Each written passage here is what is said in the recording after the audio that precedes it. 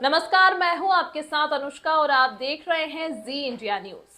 Delhi high court ने हाल ही में आम आदमी पार्टी के संयोजक अरविंद केजरीवाल और दिल्ली के पूर्व मुख्यमंत्री की उस अर्जी को खारिज कर दिया था जिसमें शराब नीति केस की सुनवाई से हटने की जस्टिस स्वर्णकांता शर्मा से मांग की गई थी। वहीं अब केजरीवाल ने जस्टिस स्वर्णकांता को लेटर लिखा है जिसमें उन्होंने कहा है कि अब वह खुद उनके सामने पेश नहीं होंगे और ना ही किसी वकील के जरिए अपनी पैरवी करवाएंगे। इसके साथ ही अरविंद केजरीवाल लेटर में यह भी कहा कि जस्टिस स्वर्णकांता से इंसाफ मिलने की उम्मीद उनकी टूट चुकी है। ऐसे में उन्होंने महात्मा गांधी के सत्याग्रह के रास्ते पर चलने का फैसला लिया है। उन्होंने कहा कि मैंने अपनी अंतरात्मा की आवाज सुनकर यह निर्णय लिया है। आप नेता ने महात्मा गांधी के सत्याग्रह का हवाला देते हुए संकेत दिया कि वो इस मामले में कानूनी लड़ाई के बजाय नैतिक और वैचारिक विरोध का रास्ता अपनाएंगे। हालांकि उन्होंने ये भी साफ किया है कि जस्टिस स्वर्णकांता के किसी भी फैसले के खिलाफ वो सुप्रीम कोर्ट जाने का अधिकार अपने पास सुरक्षित रखेंगे।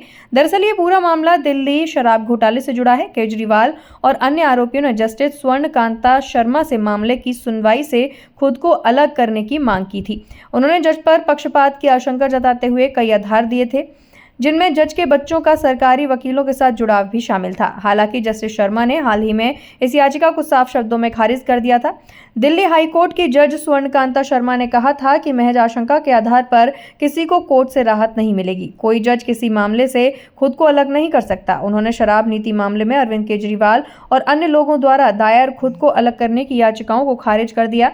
सुनवाई के दौरान जस्टिस शर्मा ने कहा था कि केजरीवाल ने जज हटाने की मांग पर चित भी मेरी पट भी मेरी जैसी स्थिति अपने लिए तैयार कर ली है। उन्होंने कहा कि अगर केजरीवाल को राहत नहीं मिलती तो वो कहेंगे कि उन्होंने पहले ही इस नतीजे की भविष्यवाणी कर दी थी। वहीं अगर उन्हें राहत मिल जाती है तो वो कह सकते हैं कि कोर्ट ने दबाव में काम किया है। उन्होंने कहा कि याचिकाकर्ता इस स्थिति को उसी तरह पेश कर सकता है जैसा उसके नैरेटिव को सूट करता है। उन्होंने कहा था कि उनका शपथ संविधान से है, दबाव में नहीं झुकेंगी। जज ने केजरीवाल की याचिका को बिना सबूतों के आरोप करार दिया और कहा कि ऐसे आवेदन न्यायिक प्रक्रिया पर हमला है। उन्हें कितने केस मिलेंगे, कौन से केस मिलेंगे, ये तुषार मेहता जी तय करते हैं। इस अंक में फिलहाल इतना ही। इसी तरह की खबरों के लिए देखते रहिए जी इंडिया न्यूज।